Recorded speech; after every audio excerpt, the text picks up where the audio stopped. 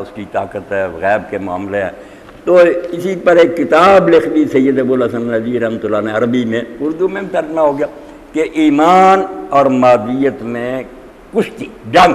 اس صورت کا عنوان نے رکھا کہ ایک طرف مادیت ہے، مادی ذرائع وسائل، ایک طرف ایمان ہے۔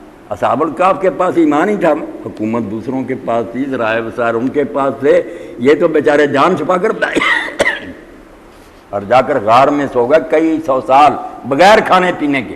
تو ظاہری باب کے لحاظ سے تو انہیں مر جانا چاہیے تھا، سوکھ جاتے، مگر بالکل تر و تازہ۔ اللہ تعالیٰ فرماتے ہیں میں اپنے بندوں کی مدد کے لیے ایسے سامان کر لیتا ہوں کہ سوچ بھی نہیں سکتے۔ اور وہاں کہا کہ جو غار بنایا ہوا تھا اللہ نے، ذالک من آیات اللہ، تم کیا سمجھتے کہ اس نے اچانک ایسی بات ہو گئی؟ اللہ کو علم تھا کہ ایسے لوگ پیدا ہوں گے اور دقیانوس انہیں قتل کرنے لگے گا اور وہ بھاگ کر آئیں گے۔ ان کے لیے ایک جگہ ہونی چاہیے جہاں وہ آرام سے آ کے ریسٹ ہاؤس میں ٹھہریں۔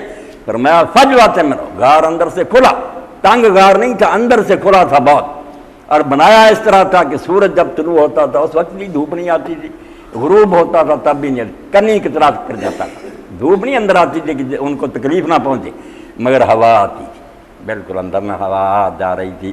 اور حفاظت کے لیے فرمایا ہم نے کتا دروازے پر وکلب باسط نظر آیا کہ چور نہ آئے، ڈاکو نہ آئے، کوئی درندہ ادھر نہ آئے، کتا بیٹھا ہوا دروازے کے ساتھ۔ یعنی ایسا اللہ نے بندوبست کر دیا کہ وہ شاہی مہمان ریسٹ ہاؤس میں سوئے ہوئے ہیں، ہوائیں لوریاں دے رہی۔ فرمایا جسم کو بھی ہم اٹھتے پڑھتے تھے تاکہ یہ گل سر نہ جائے، بدلتے رہتے تھے ان کے پہلے۔ تو سارے قصے جو ہے نا صورت میں آپ بس اشارہ میں نے پڑھیں گے تو جو مادی چمک دم سے ہم دھوکہ کھا جاتے ہیں نا کہ مسلمان یار کیا بھوکے ننگے ترے پھرتے ہیں، وہ تو اتنی ترقی کر گئے۔ فرمایا سارا دجالی فتنہ، اس کی تمہید ہے، اس کی طرف جا رہا ہے، کچھ نہیں، دھوکہ نہ کھانا، سب کچھ